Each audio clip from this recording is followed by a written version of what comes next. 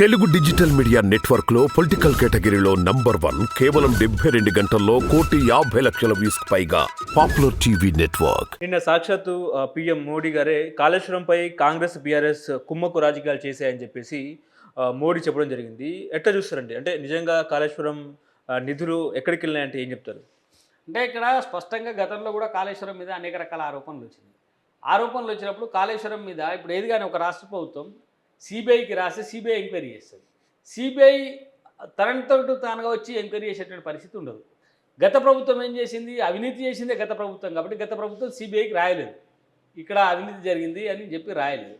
అయితే ఇప్పుడు కేంద్రం కోరుతుంది కానీ భారతీయ జనతా పార్టీ కానీ డిమాండ్ చేస్తుంది ఏంటంటే, నిజంగానే ముఖ్యమంత్రి రేవంత్ రెడ్డి గారికి కానీ కాంగ్రెస్ ప్రభుత్వానికి కానీ చిత్తశుద్ధి ఉంటే, కేసీఆర్ యొక్క అవినీతిని బయటపెట్టాలనుకుంటే, ఆయన 1,00,000 కోట్ల తిన్నటువంటి 1,00,000 కోట్ల బడ్జెట్ను మళ్ళీ కక్కించాలనుకుంటే, ప్రజల ముందర ఆయన అవినీతిని మొత్తంగా బహిర్గతం చేయాలనుకుంటే, మీరు బేషజాలకు పోకుండా ఈ అవినీతి పైన విచారణ జరపండి అని కేంద్రానికి లేఖ రాయండి.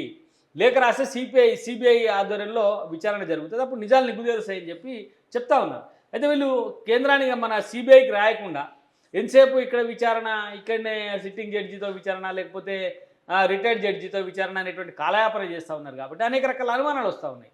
ఈ కాలయాపన కాకుండా వెంటనే విచారణ మొదలు కావాలంటే ఇప్పటికైనా రాష్ట్ర ప్రభుత్వం స్పందించి సిబిఐకి రాసి ఆ విచారణను సిబిఐకి అప్పచెప్తే పూర్తి నిజాలు నిగ్గుదేలేటువంటి అవకాశాలు ఉంటాయి. దాన్ని దృష్టిలో పెట్టుకునే ఇక్కడ అటు కాంగ్రెస్ ఇటు బీఆర్ఎస్ రెండు ప్రజలలో కొట్లాడుకుంటున్నాయి, లేకపోతే ప్రజలకు ఈ రకంగా అవినీతి జరిగినటువంటి విషయాన్ని ప్రచారంలో పెడుతున్నాయి తప్ప దాని పరిష్కార మార్గానికి చర్యలు తీసుకోవడం లేదనేదే మోదీ గారి మాటల్లో అంతర్యం. ఓకే. అంటే గతంలో ప్రధాని మోడీ తెలంగాణ రాష్ట్రానికి వచ్చినప్పుడు కేసీఆర్ ప్రోటోకాల్ని సరిగ్గా పాటించలేదు, మంత్రులను పంపించిన పరిస్థితి.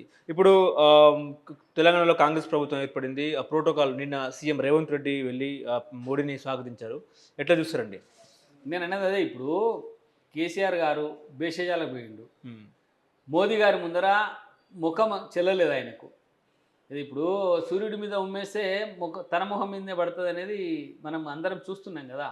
మోదీ గారి దగ్గర ముఖం చెల్లక ఆయన నేను పోను, నేను రిసీవ్ చేసుకోను, ఆయన రాష్ట్రానికి ఏం చేయలేదు అనేటువంటి ఒక మూర్ఖపు మాటలు మాట్లాడాడు. కానీ దానివల్ల ఏమైంది? రాష్ట్రానికి రావాల్సినటువంటి 1,000 కోట్ల రూపాయల నిధులు రాకుండా పోయినాయి. అట్లనే ఆయుష్మాన్ భారత్ కానీ, లేకపోతే మన పంటల బీమా పథకాలకు సంబంధించినటువంటి అనేక రకాల నిధుల్ని వాడుకోలేకపోయినాం. అట్లనే ఆ పిఎం ఆవాస్ యోజన కింద మనకు రావాల్సినటువంటి కొన్ని వేల ఇండ్లను నిర్మించుకోలేకపోయినాం. ఇవన్నీ కేసీఆర్ మూర్ఖత్వం వల్ల, కేసీఆర్ కేంద్రంతో సఖ్యతగా లేకపోవడం వల్ల, ఆ నిధుల్ని వినియోగించుకోకపోవడం వల్ల, ఇచ్చినటువంటి నిధులకు ఆ తర్వాత మన లెక్కలు చెప్పకపోవడం వల్ల, ఇక్కడ ఏమి ఖర్చు పెట్టినటువంటి వివరాలు ఇవ్వకపోవడం వల్ల కొన్ని నిధులు రాకుండా ఆగిపోయినాయి. కాబట్టి ఇప్పుడు ఆ పరిస్థితి లేకుండా కేంద్ర నిధులన్నింటినీ పూర్తిగా వినియోగించుకునే విధంగా ఇక్కడ కాంగ్రెస్ ప్రభుత్వం చర్యలు తీసుకుంటాము, మేము కేంద్రంతో సఖ్యతగా ఉంటామని చెప్పి రేవంత్ రెడ్డి గారు చెప్పడాన్ని స్వాగతించాల్సినటువంటి అవసరం ఉంది. ఇదే విధానాన్ని 5 ఏళ్ళు కొనసాగిస్తే బాగుంటుంది అని చెప్పి నాకు అనిపిస్తుంది. ఇప్పుడు బీఆర్ఎస్కు ఎంపీ అభ్యర్థులు దొరకని పరిస్థితి, ఎందుకంటే కొంతమంది సిట్టింగ్ ఎంపీలు బీజేపీలో పార్టీలోకి వెళ్ళే పరిస్థితి. తీరా చూసుకుంటే పార్లమెంట్ ఎలక్షన్లు దగ్గరున్న నేపథ్యంలో బీఆర్ఎస్కి ఎంపీ అభ్యర్థులు కరువు మొదలైందంటే ఏం చెప్తారు? బీఆర్ఎస్కి ఇప్పుడు ఎంపీ కాదు, రాబోయేటువంటి రోజుల్లో ఎమ్మెల్యే అభ్యర్థులు కూడా దొరకరు. రేపు లోకల్ బాడీస్లలో పోటీ చేయడానికి కూడా అభ్యర్థులు బీఆర్ఎస్కి దొరకరు. ఎందుకంటే బీఆర్ఎస్ పార్టీ పూర్తిగా పునాదులు లేనటువంటి పార్టీ. గతంలో తెలంగాణ ఉద్యమ సమయంలో ఉద్యమాన్ని ఆధారంగా చేసుకొని తెలంగాణ అనేటువంటి అంశాన్ని సొంతం చేసుకొని ఒక భావోద్వేగం మధ్య పార్టీ నడిపినటువంటి పరిస్థితి.